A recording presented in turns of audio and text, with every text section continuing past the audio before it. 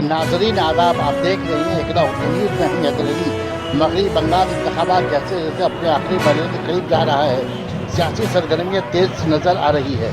आज सिटी मोड़ से डलना ब्रिज तक मिथुन चक्रवर्ती ने बालानगर बीजेपी उम्मीदवार की हिमायत में रोड शो में हिस्सा लिया।